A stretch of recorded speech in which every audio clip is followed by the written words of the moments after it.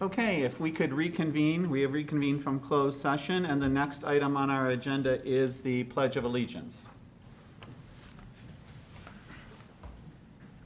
I pledge allegiance to the flag of the United States of America and to the republic for which it stands, one nation, under God, indivisible, with liberty and justice for all.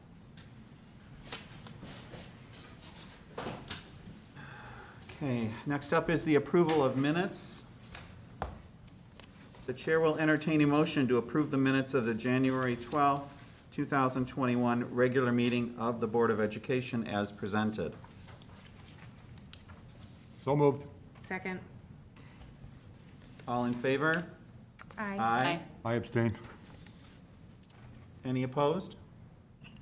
Motion carries. The chair will entertain a motion to approve the minutes of the closed session of the January 12th, 2021 regular meeting of the Board of Education So as moved. presented. So moved. Second. All in favor? Aye. I abstain. Any opposed? Motion carries. Is there any public comment tonight? I will point the board to one public comment that we did receive via email. It is printed out and in your black folder. It is also available online, correct? Correct. To read.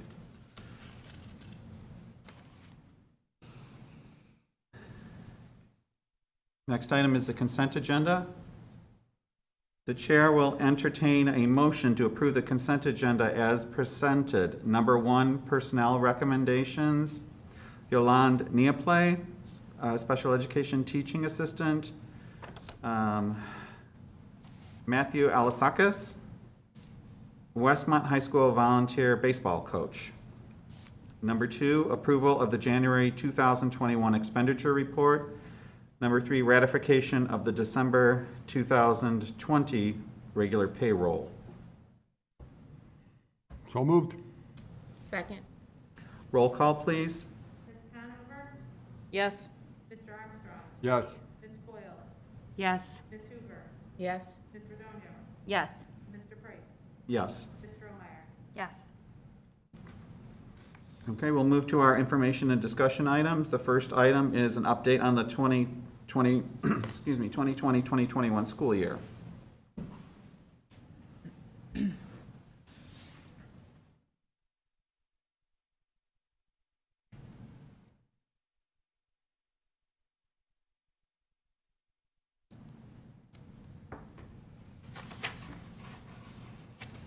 So as I've been doing last several meetings, is kind of giving the board and our community an update on where we're at in terms of our 2021 school year.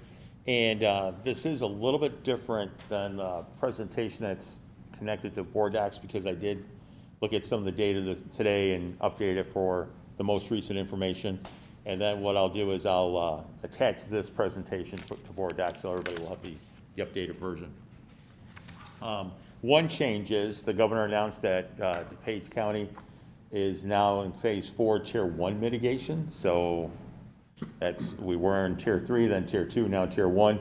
So essentially for obviously our restaurants, that allows in-person dining, but then also allows for groups larger than 25 or groups of 25 you can have now. So even our board meetings, we've been limited to 10. Now you could have as many as 25. But again, the goal is always phase 5, and we won't reach that level until the vaccine is widely available, or again, there's no new cases over a sustained period of time. As always, I like to review a couple things for our community, our guiding principles. You know, first and foremost is the health and safety of all of our students and staff, and that drives a lot of our decision making throughout the year. We want to make sure that we're still providing meaningful academic experiences for our students. We are focused on the social emotional needs, and then we're trying to be as consistent as possible for our students and staff. And then we continue to provide professional learning. As a matter of fact, next week we have a SIP day, and so our staff again will be receiving staff development for not only in-person learning but also remote learning and hybrid. This is the COVID data, and this is since our last board meeting, January 12th. In terms of certified staff, we had 1 staff member test positive. We've had 3 staff members that had a quarantine because they came in close contact with somebody who had tested positive. And then we had 1 staff member who could not self-certify. So again, all of our students who are attending in person, all of our staff that are in the buildings, they have to self-certify that they do not have any COVID-related symptoms in order to enter the building. So then you can see year-to-date where we are as a result of that. In terms of our non-certified staff, we only had 1 non-certified staff member who had a quarantine because of close contact. Other than that, we haven't had very much experience with the non-certified staff. Because we've only been in a couple days, next board meeting I'll give you data on the students' experience. So if we've had to, any students test positive, or if we've had students that couldn't self-certify, so we'll start bringing that data at the next meeting. I also updated this as of January 25th, the positivity rate. This is something that's been looking very good for our area. Again, Westmont, we've been trending the last several days under 5%. Downers Grove is at 6.19%. Clarendon Hills still seems to be a little bit higher than the other communities, 8.52%. Hinsdale's 5.6%. And then we look at our average now for our area, and so our positivity for the average is 6.19%. So again, all those numbers are looking very good, but again, that doesn't mean that we can relax. You know, we still need to make sure that when we're in public, that we're wearing masks, in schools we're wearing masks, we're washing our hands with social distancing. That's helping us to maintain these low numbers. The other thing that I updated, this is a new slide. This is every Monday, the DuPage County Health Department releases to the school districts the updated school metrics, and you can see, if you compare to the one that's in your board book, you'll see that everything's trending much better than it was a week ago in terms of which way the direct arrows are pointing. They still have DuPage County in the substantial level. That's still going to trend that way for a while because one of their metrics is the number of new cases per 100,000. They want to see it under 50, and right now we're below 300, which for a while there we're trending 300, 400, 500. So that definitely is moving in the right direction, but it's going to be a while before we'll see that number get that low. And again, the DuPage County Health Department provides guidance. Again, it's school districts, local school districts can make their own decisions based upon the data that they receive from the DuPage County Health Department. And again, we're in substantial transmission, but if as school officials we feel that we can have our students in person, then we're still able to bring our students in person. Again, just a reminder that for our district, the second semester, the criteria that we're looking at for the hybrid is, again, we want to see that positivity rate under 10%. We're well below that. That's the average for our area. So that's good to see. We're not seeing new cases at the junior high or high school, and we're not seeing evidence of transmission at the other buildings as well.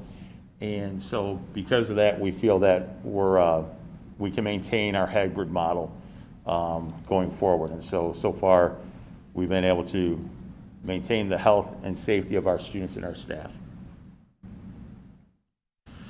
And again, just the numbers that we're looking at, again, our positivity rate is under 10%. The Westmont positivity rate is 4.74, and then also our average is 6.14. Originally, the number of cases the cases for persons under 20 years of age was increasing. Now it's decreasing. And again, we've gotten that new cases per 100,000 under 300. And so we're anticipating, again, remaining in hybrid. And again, so far it's been going well. And at the next board meeting, I'll bring you, again, additional data on the health of our students, but then also we can start tracking attendance and engagement as well, since we've shifted back to hybrid. Any questions? So, I think for the academics, I know that it's hard to measure with, I know the last academic report we got from you, it's hard to measure with, I'm so sorry, my brain is so tired. Right. It's hard to measure with the standardized testing. Right. Because the students were at home. And so at that time, we were in remote learning. We weren't sure. Some students weren't testing as well as they normally did, but maybe they weren't as focused, and there was some concern parents might be helping or whatever. So when does the next standardized test going to be scheduled, and when will we, as the board, get results of that? In terms of the state standardized tests, those are April, the Okay. IAR. Okay, so not for a while. Not for a while. And so we won't, and there's even some question as to whether or not that will be waived or not. So we won't know that. And then I do know, though, that the buildings are doing their iReady tests. And so we'll be able to have that data. Okay. And certainly standardized testing is not an indication of learning, but it is some benchmark that we can use to see where our gaps are. I know there's going to be planning for summer programming among the county, which is amazing. Right. And so I think knowing where our gaps are and how do we assess that at the end of the school year to know where our gaps are and what we need to do, what resources we need to put, money, teachers, staff, technology, to make sure we're closing that achievement gap, if there is one. Right. And there, as a matter of fact, there's a Zoom meeting Thursday for the DuPage school districts to discuss summer and summer programming. And some of those very questions, how are we going to identify what students would benefit? How are we going to measure those gaps? So we'll be having those discussions, not just as a district, but also as a county. So will you have a update on kind of some of the thoughts or the plans for the next meeting? Yes. I know we won't necessarily have our summer plan all Right, in concrete, right. but even just an update of what the county's thinking would be wonderful. Right, I can bring that. Will the iReady information be ready by the next meeting? I'm not sure how long it takes to kind of, Yeah, I'll have to check with the principals and see yeah. when Cool. the testing window closes. Kevin, my only question was going to be, I see you moved to the vaccine Right. slide, just an update Right. on Sure. where that's going. Thanks, nice segue. So again, this week, our county also moved into Tier 1B. And just a reminder, Tier 1B includes essential workers, which educators, school personnel are included in that, individuals over 65 years of age. It also includes people who work with food. So all total for DuPage County alone, it's 275,000. And so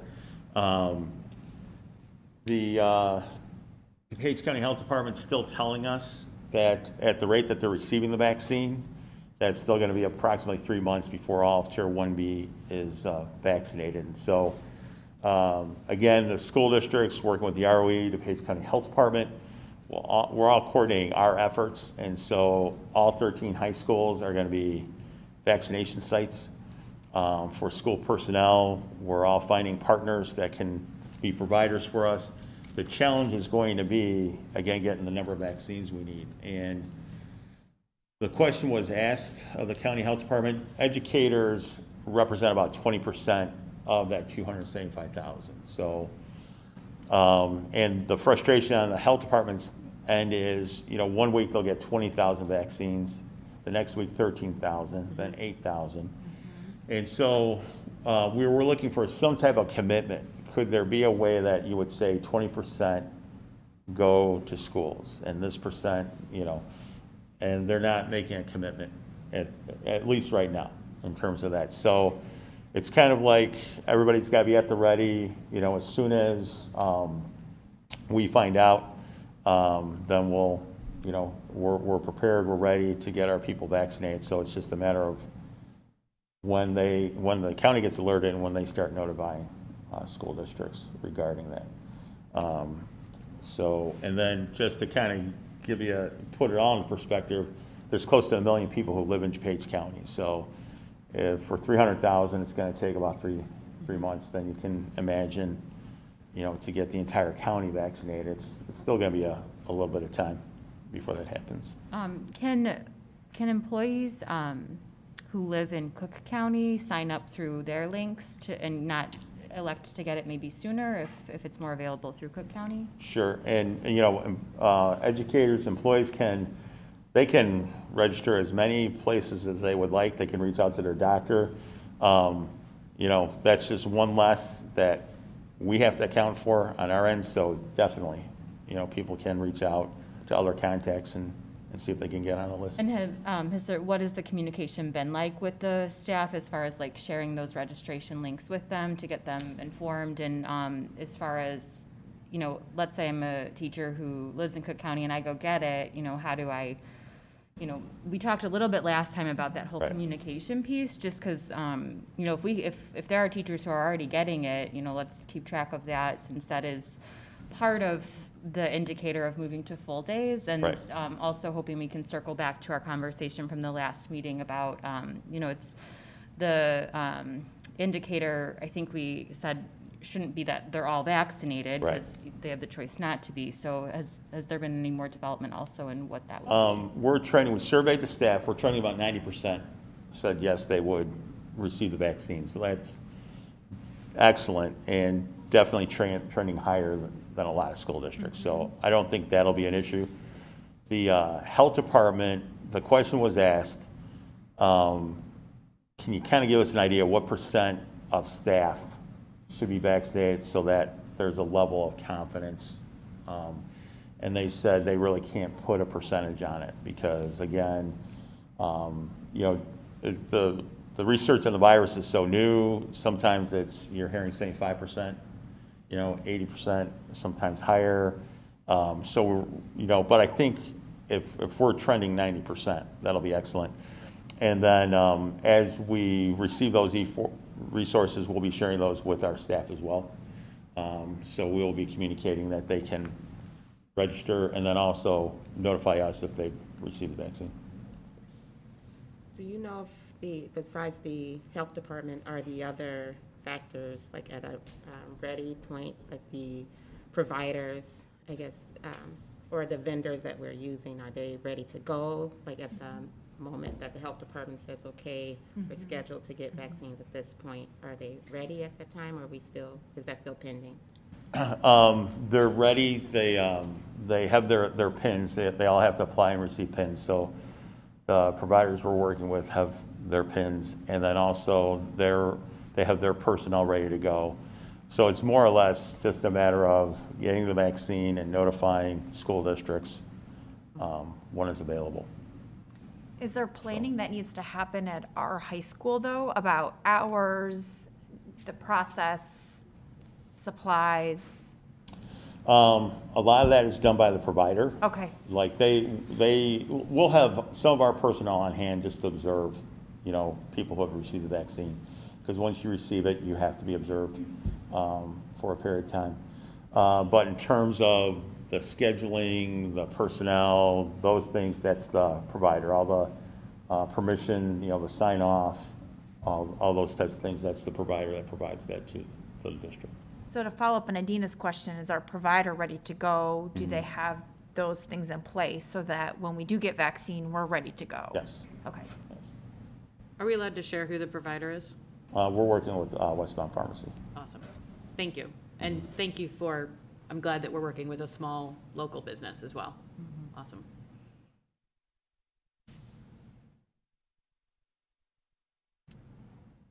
Any other questions or topics on that? So I have one related to the public comment, and it was actually something I've been thinking about mentioning as a board member as well. So it's nice to see the emailed public comment, which the public can find under our board docs. So the public comment was about concern over students in hybrid that are choosing to be hybrid, looking at being logged in on a Zoom while they're in the classroom. And I know that doesn't happen uniformly against all the schools. I understand how difficult our expectations are on staff to teach remotely and hybrid students at the same time. And that's why technology might be used that way. At least it was the last time we did hybrid. It sounds like from this comment that is the concern that's continuing. And we don't necessarily, I'm not looking for an answer, but just if we could have a discussion at the next board meeting over hybrid and what that looks like and changes we've made as we're learning and the limitations and the barriers. So not only we as a board can understand, but also the parents can have a better understanding of the whys behind. Sure, Is that okay? sure. Yeah, if the board would like that as an agenda item, we can. Do we have consensus on that? Yeah. Yeah. Fine. Sure. I mean, I'll speak up and say I'm not totally sure how much detail we need to get into. Sure. I think we've had, there's one public comment on it, and I think we need to be careful not to let our board meeting agendas be driven by, One public singular public comments. But I have a concern as a board member. That's great.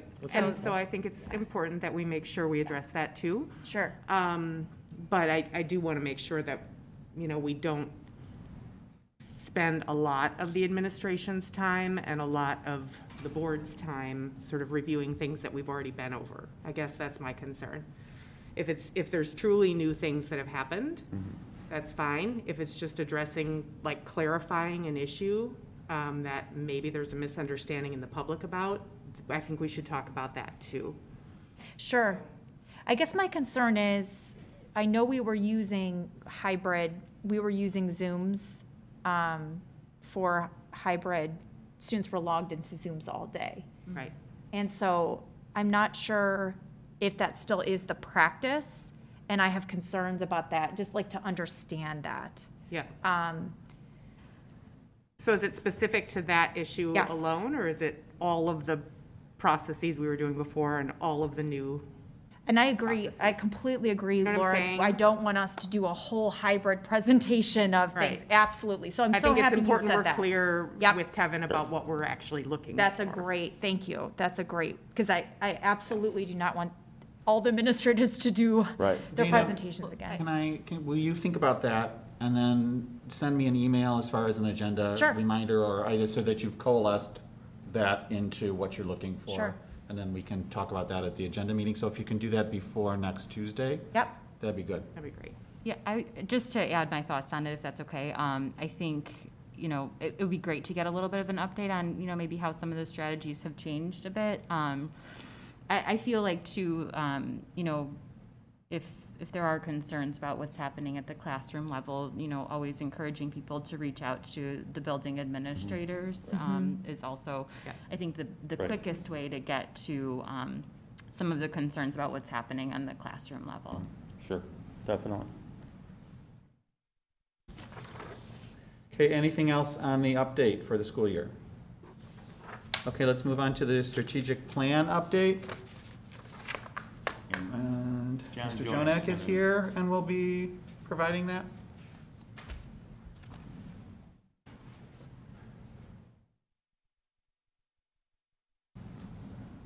All right, first of all, thanks, Board of Education, Mr. Carey, for having me here. I appreciate it, and nice to see Mrs. Anderson and Mrs. Cozart as well.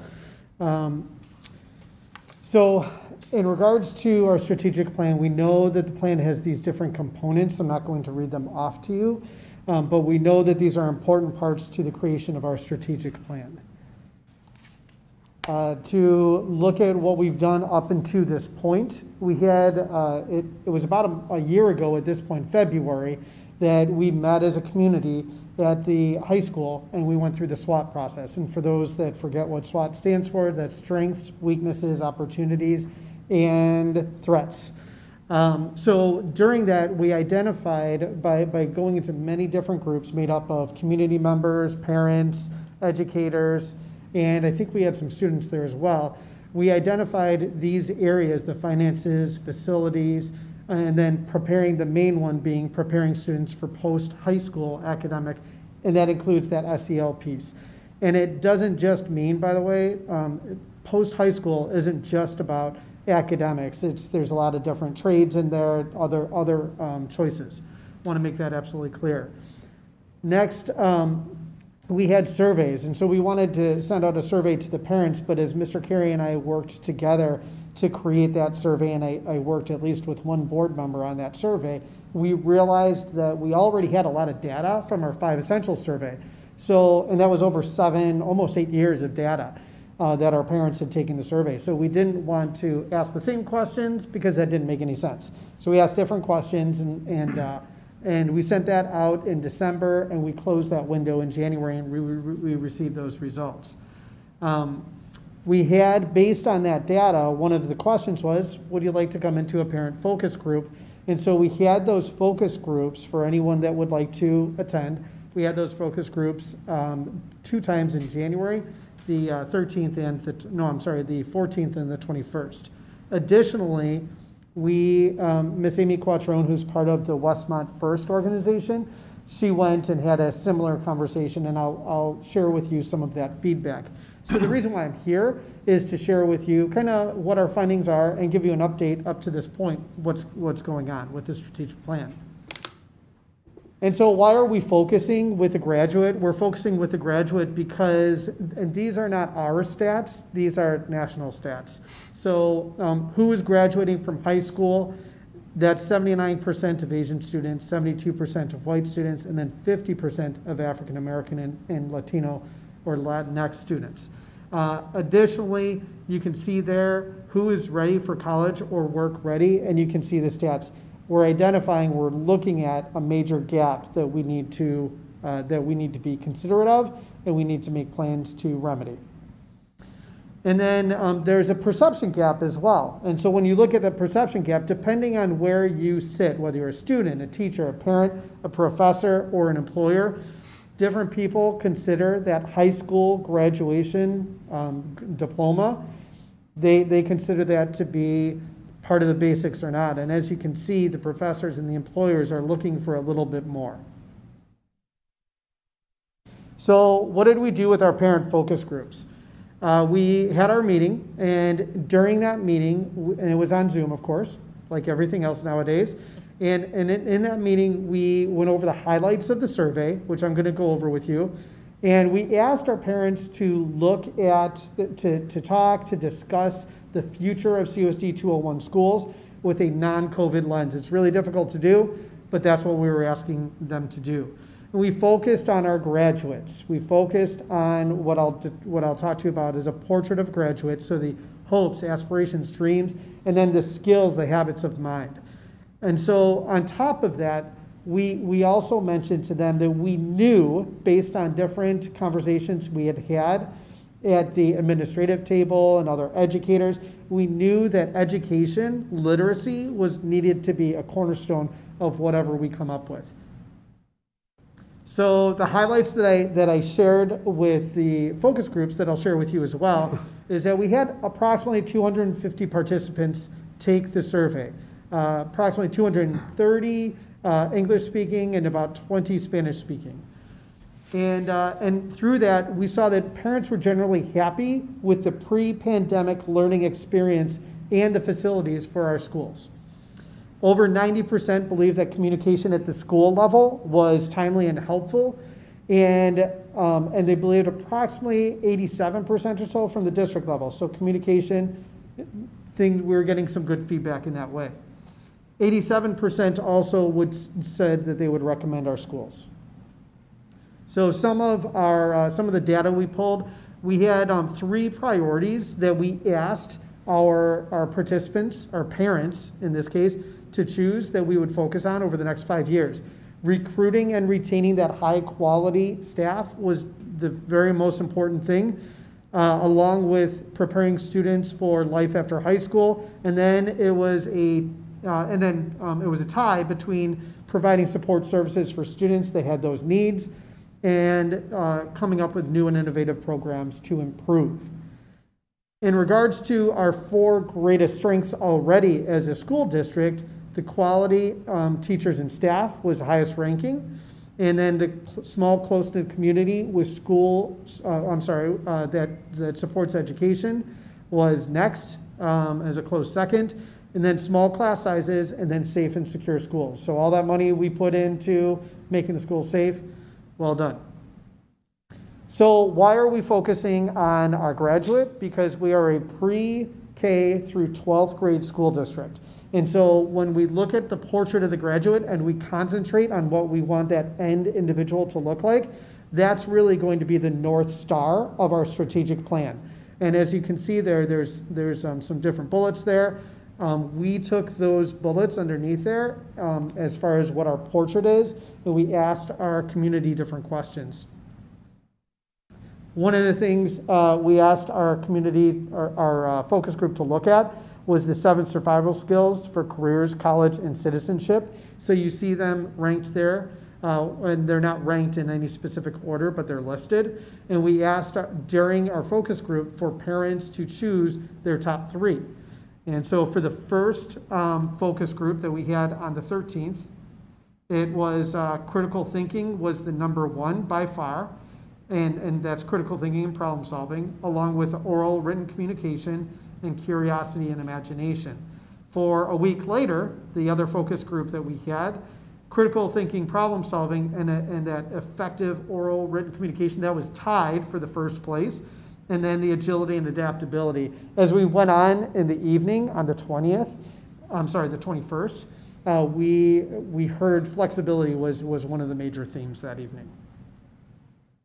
So what were some of the takeaways? This was less than a week ago that we met, and so we're still processing all of the information that we had. Our parents had an opportunity, whether they wanted to speak whatever was on their mind, they had that opportunity, but then they also had a Google Doc that was made accessible to them that they could write out whatever their thoughts were as well for a good 48 hours afterwards.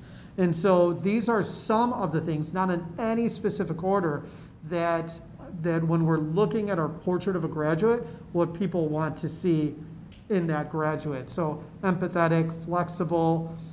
They kept on talking about the new, 21 word being pivot. So flexible, able to adapt, that confidence, passionate, lifelong learners. There were also people that were real, and they said, we want to make sure that our schools are solid because we want our home value to keep going up and people to want to move in here. And so there were some very practical and honest answers, but then there were also these others, and service, community-oriented was huge, which is not a surprise when we talk about our small community here in CUSD 201. So, and bilingual, dual language, there were some great conversations that we're having. There was a lot. And so we're continuing to process that information. As I mentioned, Amy Quattrone, assistant principal at Westmont Junior High School, had the Westmont First, and these were some of the keys that they were talking about.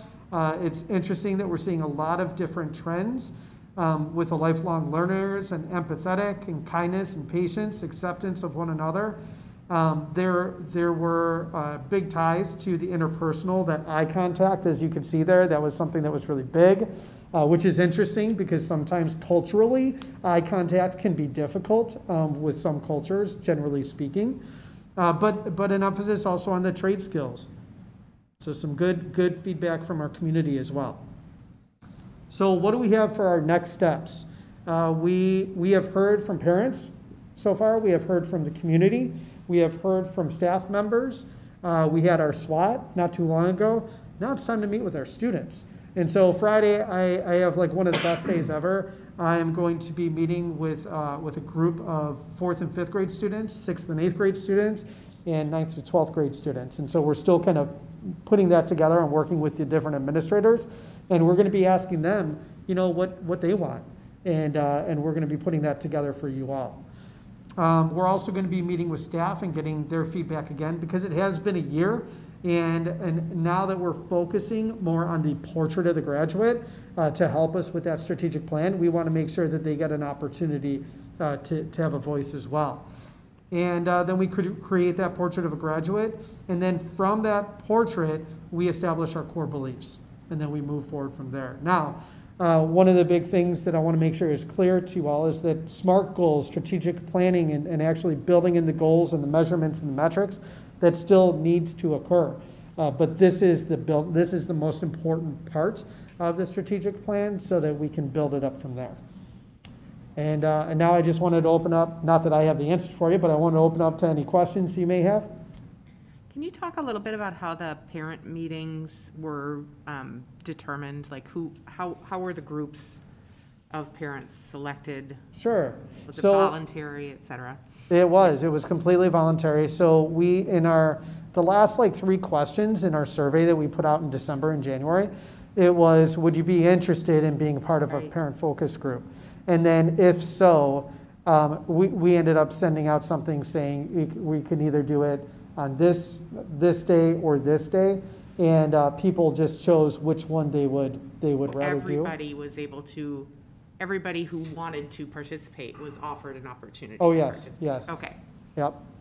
And then there were some people that are like my wife and I, and we might have been a little bit late in getting our responses back to our district. And so they reached out to me, or they reached out to Shannon Cozart, and then we just put them on to a group.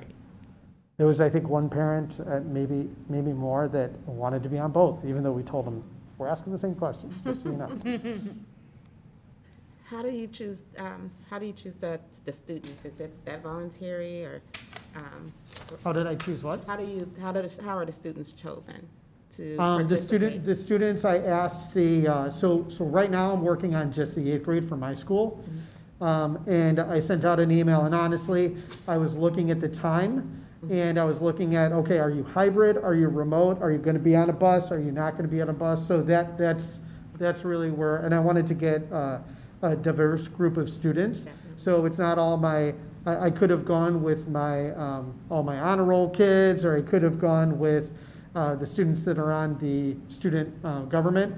I didn't do that. And I know that I talked to Dr. Weck over at the high school, and he was planning on choosing, just going around, okay, hey, you want to do it, you want to do it. And most of the high school students know me because they went through the school. Hopefully they know me. And so that's how he's doing it. And I know I was given a list from Ms. Peterzak. I just ask because I know you'll have students that are not shy at all, but you don't want to force anyone to. I know that, but I'd like to get those Correct. children And- that are a little bit quiet because they have so Yeah, much. and important I to say. sent an email out to my students. I think it was today, maybe it was yesterday.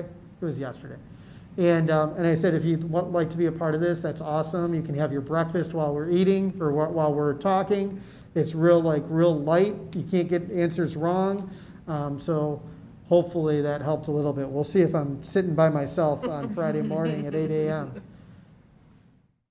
I just wanted to ask, the recordings of the elementary Zooms were posted for the folks to be able to listen to them. Will they, or did I miss the posting of these Zoom calls? The focus groups? Yeah. So Last 2 weeks. I did not post the videos. What I mentioned, and I didn't realize that was a prerequisite. Otherwise, They posted the audio only, no video. oh, just got so- it. Yeah. Okay. So when I talked to both groups, I mentioned to them that I did not start recording until we went into the discussion piece after we went over our brief. And I did mention to them during that time that the only reason that I was recording at that time was because I wanted to make sure to catch everything, to go back to my notes. I told them that I was not going to be posting it on the web or anything like that. So I wasn't sure, like, because the elementary posted and Sure. because they were all so close together. So that is very helpful. And then I just wanted to say thank you. It's really awesome to see this process moving forward and gaining more direction and kind of, just working it, and also having that presence of mind to go back to the teachers, realizing that when they were surveyed, we probably have learned more things in the last 12 months. But having that presence of mind to go back and also adjust that piece of it. So I'm super looking forward to this continuing, and I'm very, very thankful for where it's at so far. Awesome. Well, I want to be clear, Mr. Carey and I am doing my internship through Mr. Carey right now, and we are doing all of this together. Awesome. So it's I'm not a lone cowboy, I guess. Teamwork makes the dream work, as we say in my house. I also just want to say I'm really impressed with our community. I thought some of the items they came up with I'm just really impressed with their vision that they shared as well, and it just gives me so much hope for the future of this district. So I think that's wonderful. One of the things that was, obviously, I filled up the slide, but there's so much more I could have placed, but something I didn't place that I feel like I should have was that the parents wanted their kids to go out to others that had differing opinions. I don't know if I put this in there. Had differing opinions, being raised different ways, and wanted them to learn and grow and have a conversation and learn how to be able to work together. And I thought that was, in today's society, I think that's somewhere a lot of us are looking for. I think we need the kids to teach the adults that. We're the ones that mess it up, Very likely. right? John, I just wanted to say that I think the idea of a portrait of a graduate, what does a graduate look like from CUSD 201 would be an important message to get out to the community. If you were a new parent or a young parent, this is what you want to see. It's not just so many credit hours or so many, but what are we really looking for a student to be when they walk across that stage at the end of their CUSD 201 career. So I just like the whole title, The Portrait of a Graduate, and I really hope that does make it, that language makes it into the strategic plan so you can point to it and families and parents and everybody can understand that it's not just so many credit hours and so many AP tests and so forth. Sorry, Jack. I know you. Well, I'm sorry, Jack's big into compassion too, sorry. Oh, I was just going to say, I echo what everybody's saying. I think it's so hopeful to see that balance between academics, but then who you are as a person, because the academics don't matter if it's just that in a vacuum. And so, I agree, getting that publicized about we've come such a long way as a district as far as offering more AP classes and test scores, and all of that is so great. But I think it's a full picture here, and so it's awesome. So hopeful. Thank you. Thank you. I got to go back to college. Thanks, everybody. Should I leave this here, Kevin, or? Yeah, thank you. So I just wanted to say something. I think, thank you so much, John. I think that this is great. We've done several steps, but it's ultimately the board's responsibility to create the vision for where we're going next, with the community's input, with the administrative input, with students' input. And I just want to pause and think about where we want to go. We did a SWOT back in probably 2019 or January 2020-ish with administration. But that was a long time ago. And I think with the input that we're getting and as we're moving forward, I think it's important that we think about, as a board, where do we want the district to go with all those inputs? And how do we want to be involved? And how do we want to take a step back? So I'm not sure how to do that. But I know originally, before COVID, the next step that we had down, Kevin had down at that time, was to identify strategic priorities, draft goals, develop action plans, and identify metrics. And I think we need to think of how we're going to be a part of that, or how that looks. Especially the strategic priorities. We can have a million good things, but what's the best things that we need to be focused on to move us to the next level?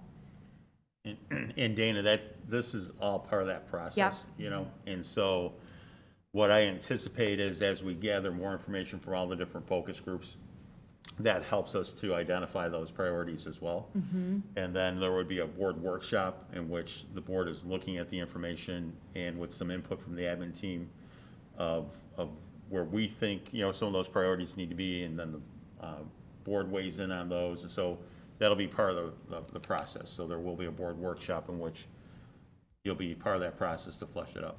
When does that typically take place? Like, would that be over the summer or end of this school year? I'd like to do it before the summer. Great. So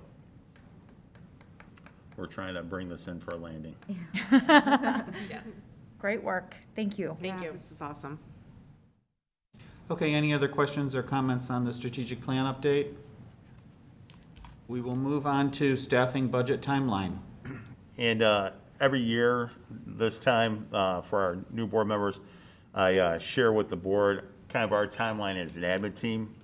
Even though we're only, well, basically starting the second half of the school year, we do start planning for the upcoming year. And so you can kind of see what our process is. Thursday, we have an admin team meeting, so we review the timeline with the admin team, and we start talking about some of these elements. And then Kim begins the process now that the audit is done. She's working on projections, and so she kind of gives the admin team and the board an idea of where she thinks we are fiscally and some of the things we may need to be doing as a district.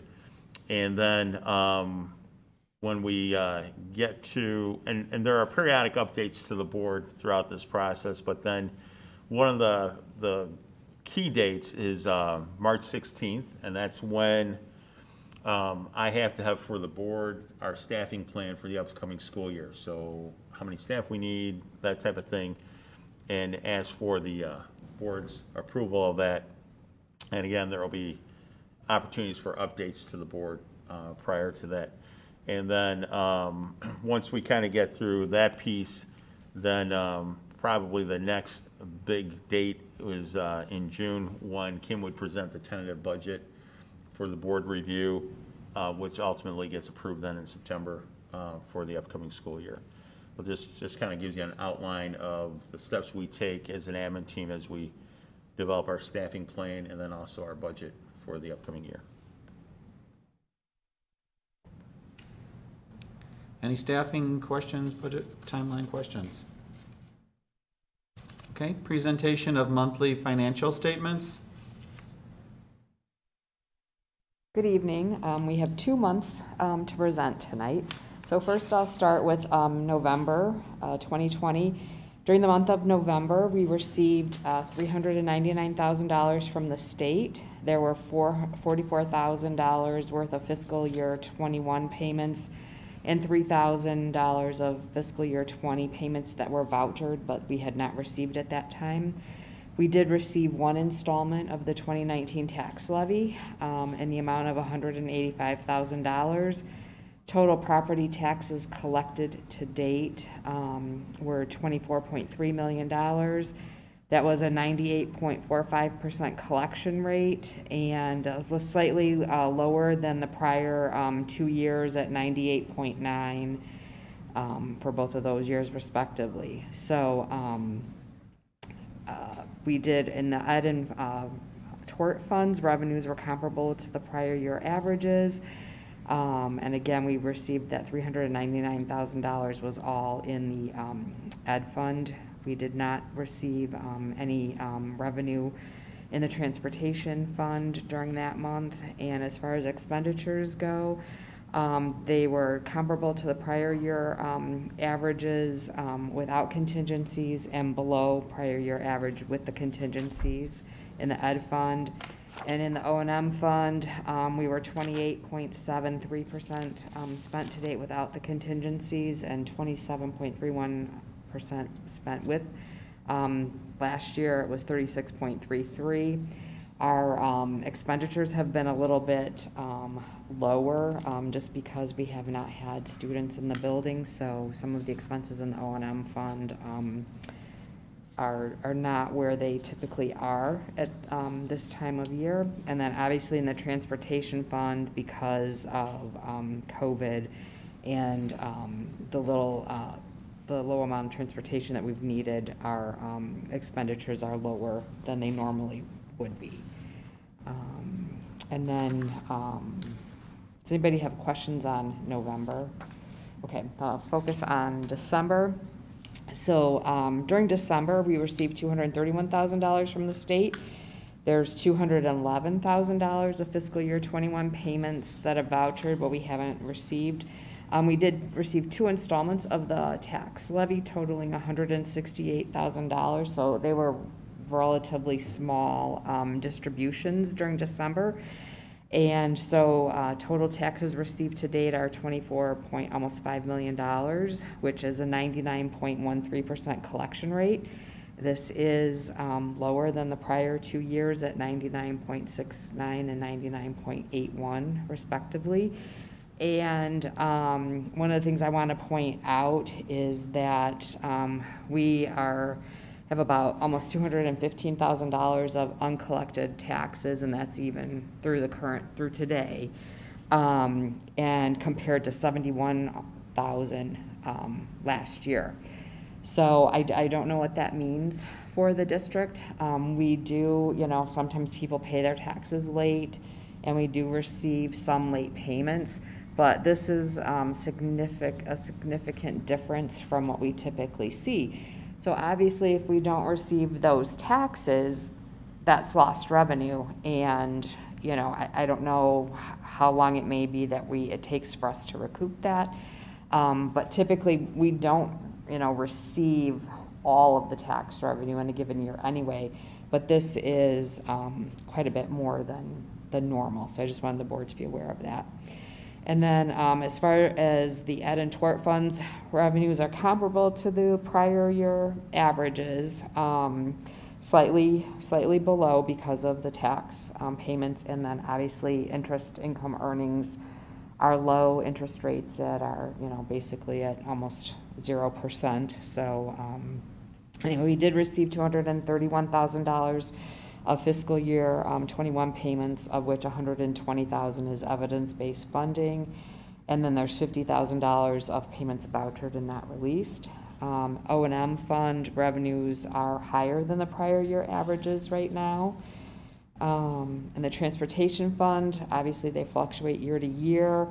They're a little bit greater than the prior year averages, and that's based on timing of state payments, and the second quarter payment was vouchered, so in the amount of $161,000, and so we're still waiting on receipt of the second categorical for transportation fund.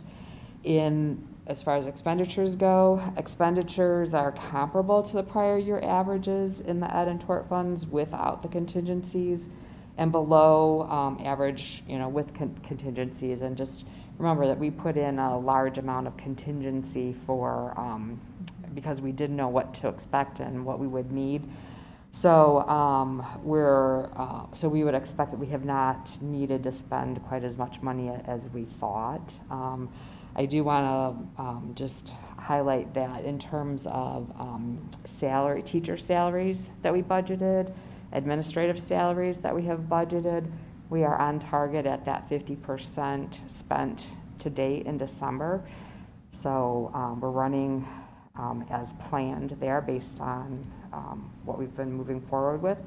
One of the things that salaries overall are lower because we haven't had to pay scorers, timekeepers, some of those types of things. So there's different areas where we're below budget, but other areas where we're at budget. And then the O&M fund, again, we are 34.87% spent to date with contingencies and 33% without. And last year, 42.54. We've still got one of our projects that we still need to pay for. We're still waiting on final closeout documents for that.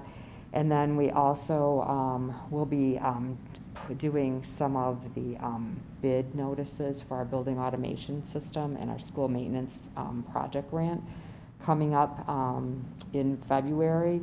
So depending upon some of the timing of that, we may see some of those projects start to go, but most likely they won't occur until school's out. And then again, in the transportation fund, expenditures are lower than average. And then if you look at our lunch report, we are in better position than we were last year. Again, it's a little bit difficult to kind of compare from one year to the next because we don't have any student payments. We're receiving meal reimbursement in a totally different category. And so it will just be interesting to see where we fall out in terms of how we compare to a prior year. under National School Lunch Program versus the program that we're under this year, the summer feeding option. So we'll continue to keep our eye on that and, again, try and boost participation to our families. And then we also, at this time of year, we start to see, because we've received our tax money and things like that, we'll start to see the fund balance going down.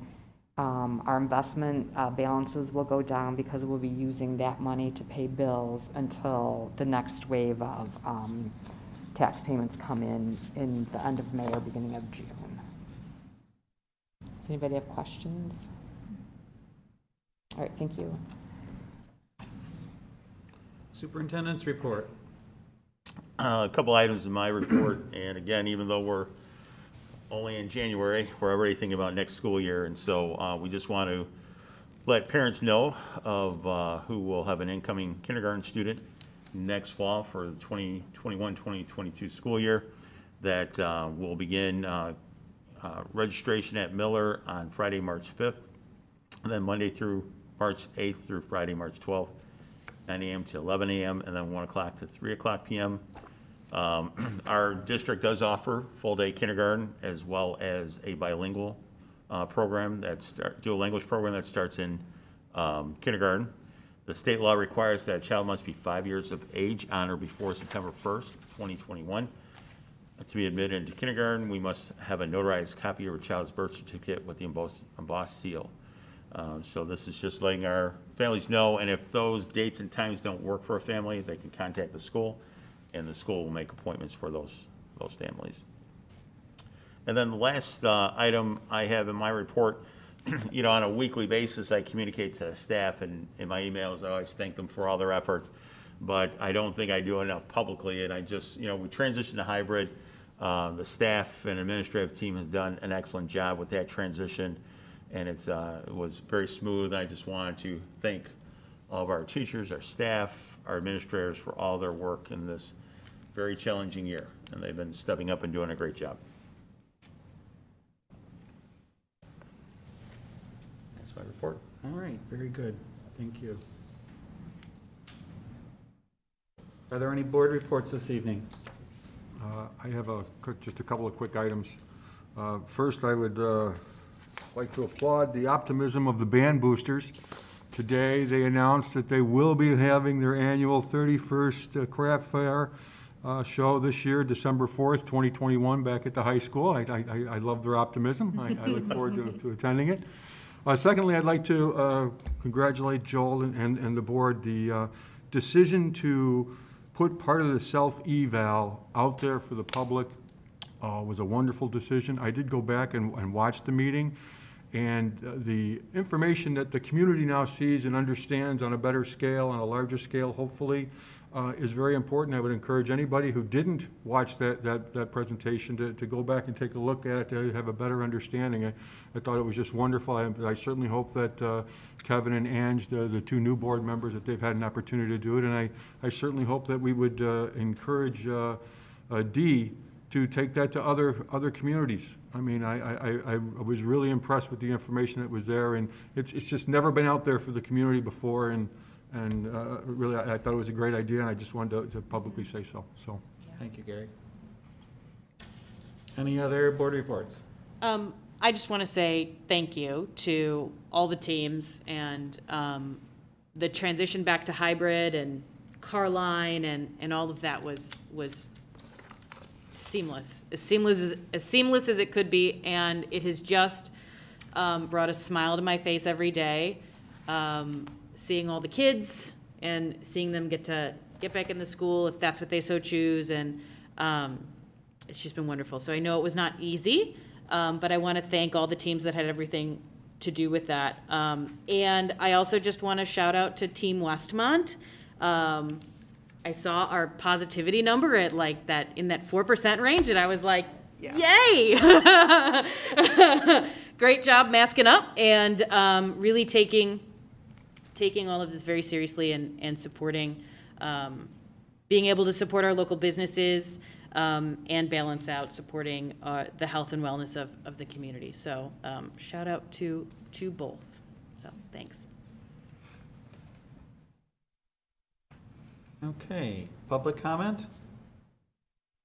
All right, future meetings and events. I have 2 items here. I just have Manning PTO meeting, which is February 1st at 7 o'clock. And then our next school board meeting is February 9th, starting at 6 p.m. here at the Village Hall. There will be no return to closed session. And with that, the chair will entertain a motion to adjourn. So moved. Second? All in favor? Aye. Any opposed? Meeting adjourned.